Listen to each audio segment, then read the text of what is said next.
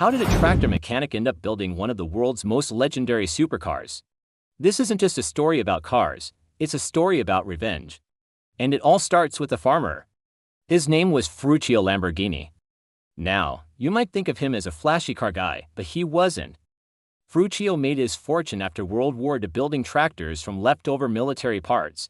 He was a brilliant mechanic and a savvy businessman, helping rebuild Italy's agricultural industry. He got rich, but he wasn't obsessed with luxury.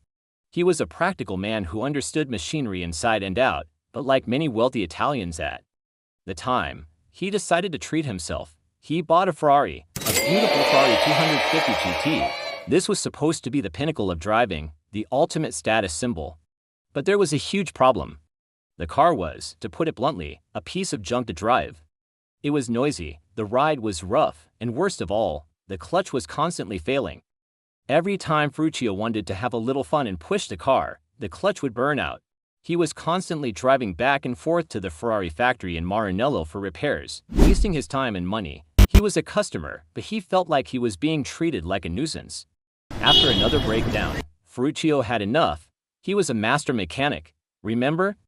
He wasn't going to wait around for someone else to fix his car anymore. He took the Ferrari back to his own tractor factory, put it up on a lift, and decided to take a look himself. He wanted to understand why this expensive, high-performance clutch kept failing, so he and his lead engineer started taking the transmission apart. When they finally got to the clutch, Ferruccio stared at it in disbelief. He recognized it instantly. It was the exact same clutch he used in his tractors, the very same part. He knew this component like the back of his hand, and he knew exactly how much it cost. He was paying Ferrari a fortune for a basic, off-the-shelf part that he bought in bulk for his tractors. The markup was astronomical. Ferrari was essentially charging him a supercar price for a tractor part, and it wasn't even good enough for the car's performance. Curious but also determined, Ferruccio decided he had to do something. This wasn't just about a faulty part anymore. It was about principle. He got in his car and drove directly to the Ferrari factory to speak with the man himself, Enzo Ferrari. Ferruccio, being an engineer, didn't just want to complain, he wanted to offer a solution. He explained the problem with the clutch and even suggested how to improve it. He was trying to be helpful, one Italian industrialist to another, but Enzo Ferrari was a man known for his immense pride and fiery temper. He didn't take criticism well, especially from a customer he viewed as just a simple tractor maker. Enzo looked at Ferruccio with disdain and famously said something along the lines of, "The problem is not the car, it's the driver."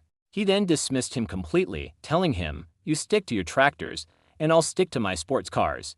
He basically told him he didn't know what he was talking about. That was the moment everything changed.